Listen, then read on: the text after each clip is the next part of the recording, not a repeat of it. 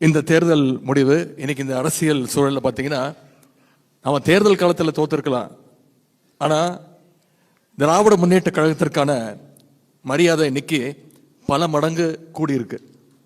இதை ஏன் நான் சொல்றேன்னா, தேர்தல் முடிஞ்சோன்ன எண்ணிக்கை வாக்கு எண்ணிக்கை முடிஞ்சோன்ன 4ஆம் தேதி இரவு பார்த்தீங்கன்னா நம்முடைய வெற்றி வாய்ப்பை பெற்ற சட்டமன்ற உறுப்பினர்கள்லாம் சென்னைக்கு வருவதற்கு டிக்கெட்டு புக் பண்ணிக்கிட்டு இருந்தாங்க.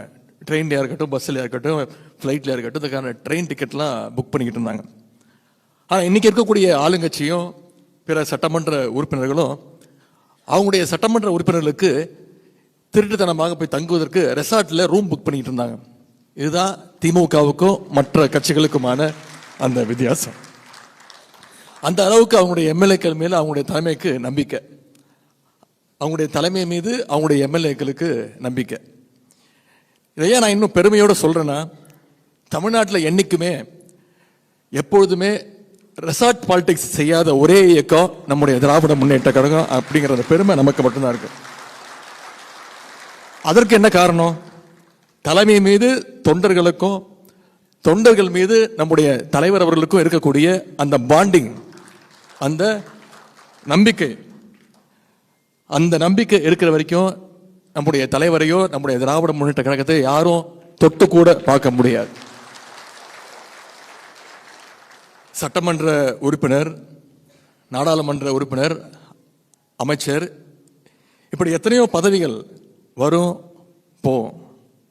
ஆனால் திமுகவில் நான் ஒரு உறுப்பினர், கலைஞருடைய உடன்பிறப்பு, நம்முடைய தலைவருடைய தொண்டன், இளைஞரணியில் நான் ஒரு உறுப்பினர், இளைஞரணியில் நான் ஒரு நிர்வாகி அப்படிங்கிற அந்த பெருமையும் கெத்தும் நமக்கு மட்டும்தான் என்னைக்குமே இருக்கும். பலமுறை சொல்லியிருக்கிறேன், நம்ம வெறும் தேர்தலுக்காக பணியாற்றக்கூடிய அரசியல்வாதிகள் கிடையாது. பிறவி போராளிகள், வாரியர்ஸ், கலைஞருடைய உடன்பிறப்புகள், நம்முடைய தலைவருடைய தொண்டர்கள்.